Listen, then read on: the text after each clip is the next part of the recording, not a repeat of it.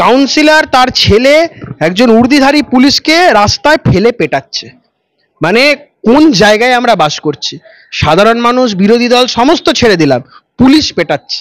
তৃণমূলের নেতা এই রাজ্যে পুলিশ পেটাচ্ছে, আর মমতা বন্দ্যোপাধ্যায় এই রাজ্যের পুলিশ মন্ত্রী হয়ে, রাজ্যের স্বরাষ্ট্রমন্ত্রী হয়ে এর দায় নেবেন কি নেবেন না, এর জবাব মমতা বন্দ্যোপাধ্যায়। কারণ আর কাউন্সিলরদের কি ভ্যালু আছে?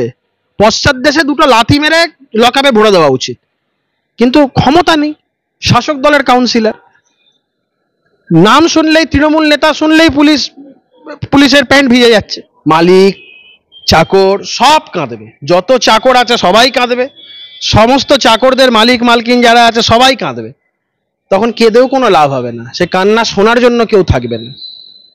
কালীঘাটের মন্দিরের বাইরে মালিক, এই সমস্ত বিষয়ের যিনি মালকিন বা মালিক যাই বলো না কেন, ভিক্ষার বাটি নিয়ে দাঁড়িয়ে থাকতে হবে।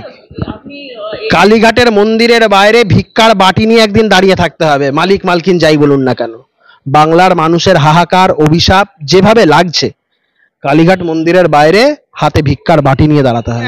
এখনো তো কাস্টাডিতেই থাকবে, এখন তো বেরোচ্ছে না। এখন কি সংবর্ধনা করবে? জেলে গিয়ে মিষ্টি খাইয়ে আসবে? বোকা বোকা যত রাজ্যের কথা, কোনোদিন হয়? ব্যারাকপুরের যিনি নগরপাল আছেন তার যদি ন্যূনতম শিরদাঁড়া থেকে থাকে, কিন্তু তার নিজের ডিপার্টমেন্টের লোক মার খাচ্ছে, এটাতে যদি উনি কিছু না করেন, আমি বলছি আয়নায় মুখটা দেখতে পারবেন তো? আমি মমতা বন্দ্যোপাধ্যায়ের উপরে বেশি আশা ভরসা করছি না। আমি রাজ্য পুলিশের ডিজি থেকে শুরু করে পুলিশের সমস্ত যারা পদস্থ কর্মকর্তারা আছেন সবার উদ্দেশ্যে প্রশ্ন করছি, আপনাদের ডিপার্টমেন্টের একজনকে এইভাবে তৃণমূলের একজন নেতা রাস্তায় মারছে, এর বিরুদ্ধে ব্যবস্থা না নিলে রাত্রিবেলায় শান্তিতে ঘুমাতে পারবেন তো? সকালে উঠে আয়নায় মুখটা দেখতে পারবেন তো? সে বাঘ জঙ্গলে থাকবে বা বাঘ খাঁচায় থাকবে, বাঘ লোকালয়ে থাকে নাকি? লোকালয়ে বাঘ বেরিয়ে গেলে মানুষ হয় বন দপ্তরে খবর করে দিয়ে খাঁচায় ভরে দেয়, আর নাহলে যেটা খুব অনভিপ্রেত ঘটনা, অনেক ক্ষেত্রে এরকম লোকে পিটিয়ে মেরে দেয়। এটা একদম উচিত না। ব্যাঘ্র সংরক্ষণ করা উচিত, এবং এটা করা উচিত নয়, কিন্তু হয়ে যায় অনেক সময় মানুষের হিট অফ দি মোমেন্ট এই জিনিসগুলো। তো এখন বাঘ বাঘের মতন থাকবে না বেড়ালের মতন থাকবেন, সেটা জেলের থেকে বেরোলেই বুঝতে পারবেন। এমনিতে আগে মোটামুটি একদম নাদুস নুদুস চেহারা ছিল, এখন ভেজানো মিয়ানো মুড়ির মতন চেহারা হয়ে গেছে এই কদিন থেকে। তো তৃণমূলের নেতাদের দেখে শিক্ষা নেওয়া উচিত, যে যত দুর্নীতি, অসভ্যতা, যত যাই কিছু করছেন না কেন, অনুব্রত মণ্ডলের ওই দশাশই চেহারা থেকে এখন কিরকম মিয়ানো মুড়ির মতন চেহারা হয়ে গেছে, ওটা দেখলেই বুঝতে পারবে যে জেলে থাকার কষ্ট। যখন বেরোবে মানুষ, বাড়ির লোক চিনতে পারবে না। অনুব্রত মণ্ডল, সব থেকে দুর্ভাগ্য তার মেয়েটা পর্যন্ত আছে, অনুব্রত মণ্ডল আশপাশে বাড়ির লোকজন দেখে চিনতে পারবে না, বলে এটা অনুব্রত মণ্ডল, চেনাই যাচ্ছে না। ওই নাটকবাজিগুলো করে কোনো লাভ নেই। নাটকবাজিগুলো করে হাতে পায়ে ধরে দিদির কাছে টিকিট পাওয়া যায়, মালকড়ি পাওয়া যেতে পারে, কিন্তু ওইসবগুলো করে কোর্ট থেকে কোনো জাস্টিসের কে আশা, মানে ওনার পক্ষে ফেভারেবল জাস্টিসের যেন আশা না করে। চোরদের সাথে যারা আছে সব চোর, ওখানে করে আলাদা করে কোনো ডিফেন্স নেই। যদি হিম্মত থেকে দল ছেড়ে দিয়ে আসুক, দল থেকে পদত্যাগ করুক, ওর কি আছে? এত লোভ কি আছে? যদি ও তো এত ভালো সিনেমা করে, এ করে, এত লোভের তো কোনো ব্যাপার নেই, কি জন্য পড়ে আছে? ঘটনাটা 30শে এপ্রিলের ঘটনা, আমি কালকে ভিডিও পেয়েছি, এবং সেই ভিডিওটা স্পষ্টভাবে দেখা যাচ্ছে যে একজন উর্দিধারী পুলিশ, যিনি যাকে মারা হচ্ছে, তিনি সাব ইন্সপেক্টর, ব্যারাকপুরের ট্রাফিক ডিপার্টমেন্টে আছে, ব্যাপক কমিশনারেটে। তাকে বাড়ির সামনে ব্যারাকপুর মিউনিসিপ্যালিটির 20 নম্বর ওয়ার্ডের কাউন্সিলর রমেশ সাউ এবং তার পুত্র, ওখানকার মানে যথেচ্ছভাবে এরা ওখানে তাদের দাদাগিরি চালায় এবং বেধড়কভাবে মারছেন, গালিগালাজ করছেন যথেচ্ছভাবে। আমার খুব অবাক লেগেছে যে 30শে এপ্রিল হয়ে যাওয়ার ঘটনার পর রমেশ সাউ বা তার ছেলে কেউ কখনো অ্যারেস্ট হলো না, কিছুই হলো না। আমরা এতদিন বলতাম যে রাজ্যে বিরোধীদের নিরাপত্তা নেই, সাধারণ মানুষের নিরাপত্তা নেই, রাজ্যে তো পুলিশের নিরাপত্তা নেই।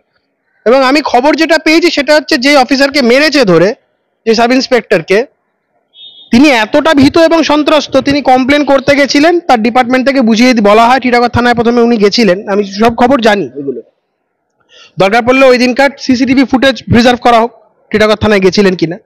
টিটাগড় থানায় গেছিলেন, আইসির সাথে কথা বলেছেন, আইসির আর উনার ফোনের কল ডিটেলস, কল রেকর্ড করা হোক, সব বেরিয়ে যাবে এগুলো। তো যেটা হয়েছে, আলটিমেটলি ডিপার্টমেন্টের থেকেই তাকে বোঝানো হয় যে শাসক দলের লোকজনের সাথে লেগে তো পারবে না, উল্টা তোমার উপরেই শাস্তির খাড়া নেমে আসবে, তাই এসব নিয়ে এগোনোর দরকার নেই। তো ভদ্রলোক ভীত সন্ত্রস্ত এবং কথা বলতে চাইছে না। আমি কালকে 1-2বার যোগাযোগ করার চেষ্টা করেছিলাম, কথা বলেছি ফোনে, তো উনি দেখলাম যে খুব একটা সন্ত্রাসের মধ্যে আছেন, একটা ভয়ে কাজ করছে ওনার মধ্যে। তার পরিবারের লোকজনও খুব একটা এই বিষয় নিয়ে কথা বলতে চাইছে না। বিষয়টা হচ্ছে, ওই জায়গাটা এতটাই ত্রস্ত করে রেখেছে এই কাউন্সিলর এবং তাদের গুন্ডা বাহিনী, তার কাউন্সিলরের ছেলে এবং তাদের গুন্ডা বাহিনী, যাতে করে এই বিষয়গুলো হচ্ছে। কিন্তু এই ভিডিও যে ফুটেজ, সেটা থেকে তো স্পষ্ট, ভিডিওটাকে দরকার পড়লে ফরেন্সিকে পাঠাক, যে ভিডিওটা ডক্টর বা কি না। এখন এটাই তো হচ্ছে অবস্থা। মমতা বন্দ্যোপাধ্যায়ের নেতৃত্বে যে সরকার চলছে, যে প্রশাসন চলছে, সেখানে যে অ্যাবসলিউট ললেসনেস কাজ করছে, যেখানে আইন শৃঙ্খলার কোনো বিষয় নেই, কথাটা যখন আমরা বলি লোকে ভাবে যে রাজনৈতিক উদ্দেশ্য নিয়ে বলছে, বা আমাদের লোকজনকে যখন মারে তখন লোকে ভাববে হয়তো রাজনৈতিক উদ্দেশ্য নিয়ে বলছে। স্বয়ং পুলিশ মার খাচ্ছে, উর্দিধারী পুলিশ, সে কোনো রাজনৈতিক দলের কর্মী নয়, সে কোনো রকম কোনো সরকার বিরোধী কোনো আন্দোলনের সাথে জড়িত নয়, এবং তিনি যথেষ্ট ভালো ভদ্রলোক। আমি কোনো সময় তোমাকে দেখাবো, এই পুলিশ যে মার খেয়েছে ট্রাফিক ডিপার্টমেন্টে থাকে এবং খুব মানে সমাজসেবামূলক কাজ করেন, মানে ডিউটিরত অবস্থায় অনেক সময় গরিব মানুষদের কিনে দিচ্ছে এবং এই নিয়ে ওনার খুব সুনাম আছে, খুবই ভালো একজন মানুষ। তো সেই ক্ষেত্রে ওনার প্রতি এই যে আচরণ বা এই ধরনের যে ঘটনা, আমি যতদূর শুনেছিলাম ওনার বাড়ির সামনে একটা ভ্যাট ট্যাট কিছু বসিয়ে দেওয়া হয়েছিল। তো এই ভ্যাটটা উনি প্রতিবাদ করাতে তখন কাউন্সিলর এবং তার ছেলে বাড়িতে গিয়ে অকথ্য ভাষায় গালিগালাজ করে ওনাকে এবং বাড়ির মহিলা সদস্যদেরও সেটা করা। জামিন তো পেয়ে যাচ্ছে কৌস্তব দা, জামিন তো এক এক করে মামলায়, এরপর তো সবাই বেরিয়ে পড়বে। আপনারা দুর্নীতি করে চেঁচিয়ে গলা শুকিয়ে কি লাভ আপনাদের? এই তো মানুষ তো দেখছে সমস্ত দুর্নীতিটা। দেখো, তুমি সারাটা জীবন একটা লোককে জেলে রাখতে পারবে না, এটা আইনের পরিভাষাও নয়। Jail is not the rule, jail is the exception, bail is the rule. সেই ক্ষেত্রে যে কোনো ঘটনার ক্ষেত্রে এই মামলা তো এখন কনভিকশন হওয়া বাকি আছে, আবার তো জেলে ঢুকতে হবে, সাজা প্রমাণ হয়ে গেলে তো আবার জেলে ঢুকতে হবে। এরা এখন একটা শুধুমাত্র সিবিআইয়ের যে কেসটা আছে সেটা থেকে বেল পেয়েছে, অন্যান্য কেসগুলো থেকে বেল পাওয়াও বাকি আছে। আলটিমেটলি এরা আবার যদি যদি যদি দোষ প্রমাণিত হয়ে যায় আবার জেলে ঢুকতে হবে। তো বেল পাওয়া না পাওয়াটা এটা খুব একটা বড় বিষয়, সবাই জড়িত। এবং আমি তোমাকে বলছি, এই সব মিয়ানো মুড়ির মতন যে চেহারা ওর হয়েছে, তুমি দেখতে থাকো না, এক একটা লোক ঢুকবে আর কিরকম ভাবে বেরোয়। যখন বেরোবে মানুষ বাড়ির লোক চিনতে পারবে না। অনুব্রত মণ্ডল, সব থেকে দুর্ভাগ্য তার মেয়েটা পর্যন্ত আছে, অনুব্রত মণ্ডল আশপাশে বাড়ির লোকজন দেখে চিনতে পারবে না, বলে এটা অনুব্রত মণ্ডল, চেনাই যাচ্ছে না। এই প্রশ্নই করবে। বলছি আপনার স্যার কেঁদে ভাসালেন কালকে, আপনার স্যার মানিক ভট্টাচার্য। বাবা, আমার স্যার নয়, আমি যোগেশচন্দ্র ল কলেজের স্টুডেন্ট না, আমি সাউথ ক্যালকাটা ল কলেজের স্টুডেন্ট, আমার স্যার নয়, আমার সৌভাগ্য আমার স্যার নয়। তো এখন যাই হোক, এখন কেঁদে টেদে ভালো নাটকবাজি শিখেছেন, মানে এটা মমতা বন্দ্যোপাধ্যায় দল করেন, তো এই নাটকবাজিগুলো ভালো জানতেন বলেন মমতা বন্দ্যোপাধ্যায় বিভিন্ন জায়গায় ওনাকে রেখেছিল, ভালো নাটকবাজি করছেন। কিন্তু আইনটা তো নাটক সুলভ এই আচরণ দিয়ে চলে না। আইন সমস্ত কিছু এভিডেন্স, তার সাপোর্টিং ডকুমেন্টস, এই সমস্ত কিছুর উপরে একটা কোর্ট তার রায় শোনায়। উনি কাঁদলেন, হাসলেন, নাচানাচি করলেন, মাথা ঘুরে পড়ে গেলেন, ওগুলো জজ ওগুলো দেখে কোনোভাবে সোয়ে ডাবে হয় না। ওই নাটকবাজিগুলো করে কোনো লাভ নেই। নাটকবাজিগুলো করে হাতে পায়ে ধরে দিদির কাছে টিকিট পাওয়া যায়, মালকুড়ি পাওয়া যেতে পারে, কিন্তু ওইসবগুলো করে কোর্ট থেকে কোনো জাস্টিসের কে আশা, মানে ওনার পক্ষে ফেভারেবল জাস্টিসের যেন আশা না করেন।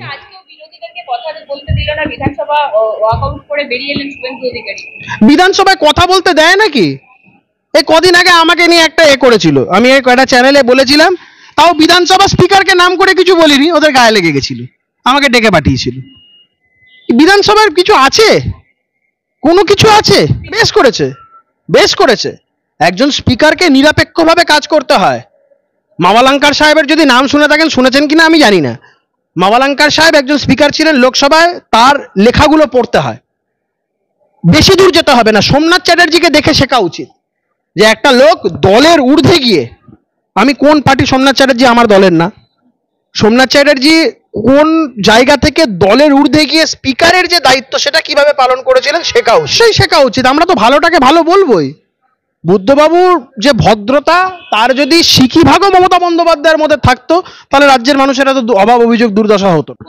দেব অবশেষে দেব বলছেন যে তৃণমূলকে হারানোর জন্য দায়ী, শান্ত হন আপনারা, একসাথে মিলেমিশে থাকুন। দেব বার্তা দিচ্ছে, দেবের বার্তা ভাইরাল এই মুহূর্তে।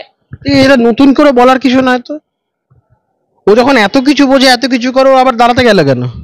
এত অভিযোগ উঠলো, টাকা পয়সা নয় ছয়ের অভিযোগ উঠলো ভোটের আগে, এত কিছু করা।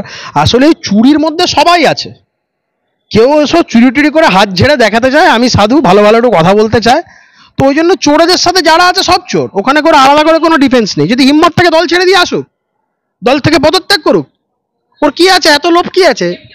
যদি ও তো এত ভালো সিনেমা করে, এ করে, এত লোভের তো কোনো ব্যাপার নেই, কি জন্য পড়ে আছে? বললে অনেক সমস্যা হয়ে যাবে।